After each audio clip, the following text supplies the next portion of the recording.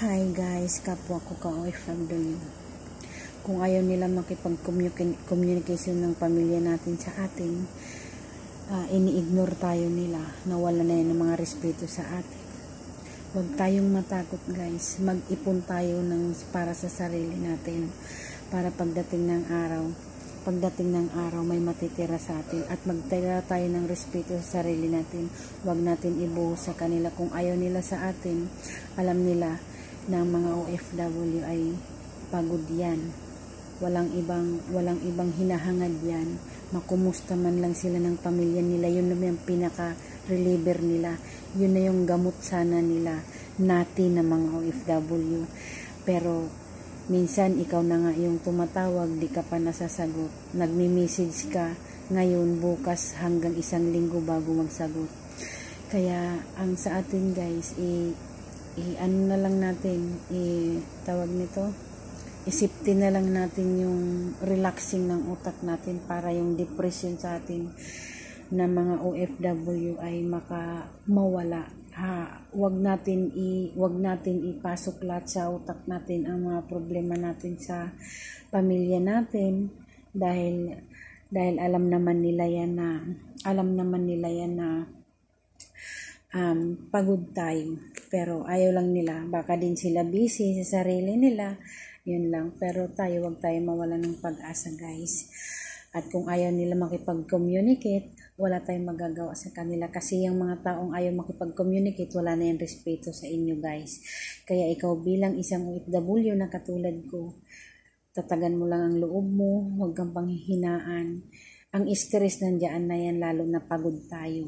Kasi dito sa atin, kung swerte ka, mabuti, kung hindi. Pero para sa atin, 24/7 tayong nagtatrabaho. Tapos, konting oras lang, hindi man lang tayo makumusta ng ating pamilya. Kung hindi tayo tatawag, ikaw na nga mismo tatawag. Minsan tayo nang tatawag, pero hindi pa tayo sinasagot, binabaliwala tayo. Yan ang tandaan nyo guys, huwag kayong matakot. Huwag kayong matakot na hindi na kayo irerespeto ng mga pamilya nyo. Magtira lang kayo ng respeto sa sarili nyo. Yun lang yung dapat na gawin natin sa buhay. Dahil yung mga taong yun dapat yung mag-boost ng ating pagod, makawala ng pagod. Mas lalong madadagdagan tayo ng pagod. Kasi minsan man lang, hoy, patay ka na ba? Buhay ka pa ba? Walang magsasabi. Swerte lang yung laging may communication guys. Swerte lang yun. At saka bihira lang yung mga ganyan guys. Sa ating mga OFW, magkaiba tayo ng pamamaraan kung ano ng mga pamilya natin. Kasi minsan nga tayo nang tumatawag, tayo nang mag-chat, hindi pa tayo hindi pa tayo masasagot. Minsan din sila din yung mag-chat, wala din tayong panahon kasi busy tayo. Pero ganun pa man, bilang para sa akin, tuwing may beacon time ako, talagang sa CP talaga ako nakatingin, tinitingnan ko kagad yung taas kung may message ba o ganito o ganyan. Ganun guys. Kapag mayroong minsan yung ibang tao patuloy na hindi mo kapamilya magsasabi, kumusta ka na? Ano nangyari sa'yo? Ganun. Yun, napakasarap sa feeling ng mga OFW na katulad namin na walang day off, wala kundi yung sulok, lang ng bahay, ganyan lang. Ganun lang yung makikita namin. Napakaswerte na namin yan. Yan yung pinakaswerte na namin yan na maibsan man lang yung pangungulila namin. Yun yung natin. Kaya wag tayong mawalan mga ka-OFW, wag tayong mawalan ng pag-asa. Hayaan mo silang walang respeto sa atin.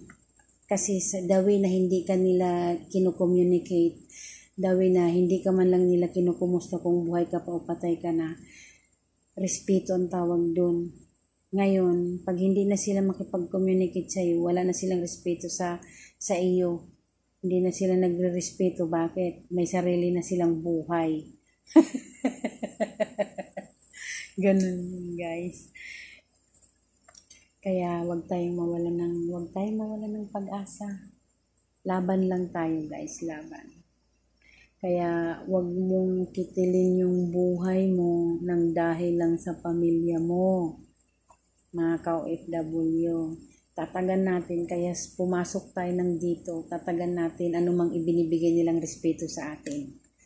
Kasi ang katawagan kasi yan respeto. Depende lang sa paggamit ng respeto kung paano ka i-respeto nila.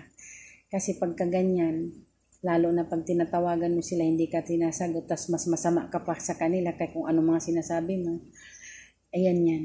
Ang gusto nila, sila lang ang respetuhin, ikaw hindi ka nila i-respeto. Kaya mga ka-OFW, kung ikaw yung papasok ng pagka-OFW, tatagan mo lang yung sarili mo at isipin mo na nandito na ako, kakayanin ko to, makakauwi din ako. Ganun yung determinasyon mo, guys. Huwag yung sasabihin, akitling ko yung buhay ko, ganito, ganun, huwag yan. Ang isipin mo, makakauwi ako. Ganun lang yan, guys. Depressed ka na, pagod ka pa, kasi mas lalong ano yan, lalo na pagpagod na pagod ka talaga, tapos papasok yung problema, papasok yung nabubuisit ka, meron ka dapat makakausap, hindi mo makakausap, meron kang itatanong, hindi mo tatanong, kasi magchat-chat ka ngayon, bukas ka na sasagutin, o tatawag ka ngayon, tapos kumbaga i-decline, parang nakaka-rumoral, ayun tawag yan, lumural ba yan, pagkasano ba? Ganun, mararamdaman talaga natin yan kasi nag-iisa tayo, isipin natin ganun kasi nag-iisa tayo, wala tayong makausap ganun. Pero hindi nila yan naiintindihan kasi hindi pa nila nararanasan. Mararanasan nila yan. Pag nararanasan nila, maiintindihan na nila na ganun pala talaga. At sana, wag nilang maranasan na ganito yung buhay natin. Ganito yung ano natin. Hindi naman lahat ng mga OFW. Ang ibang OFW nasa labas. Nasa labas sila. Pero mas risky naman din sila pag ganyan. Kaya huwag tayong bumitaw, guys. Laban lang tayo. Magdasal sa Panginoon. May Diyos sa kalibutan, kahit saan ang Diyos meron. Ano mang katawagan yan, may Diyos. Kaya laban lang, mga ka-OFW. Yun lang yung paraan natin na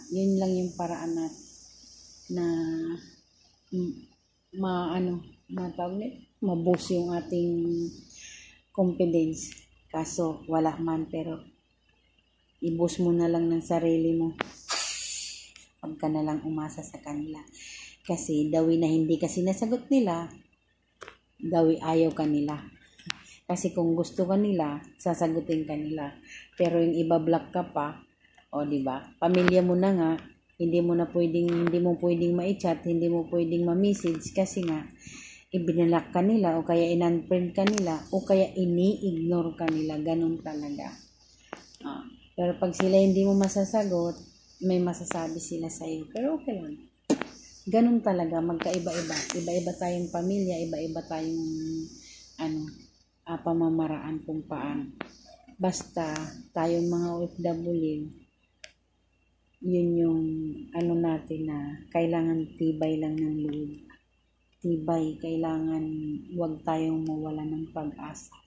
At wag tayong bumigay sa mga stress na yan. Ang isipin natin na makakauwi tayo, itatrabaho tayo ng maayos. At yun.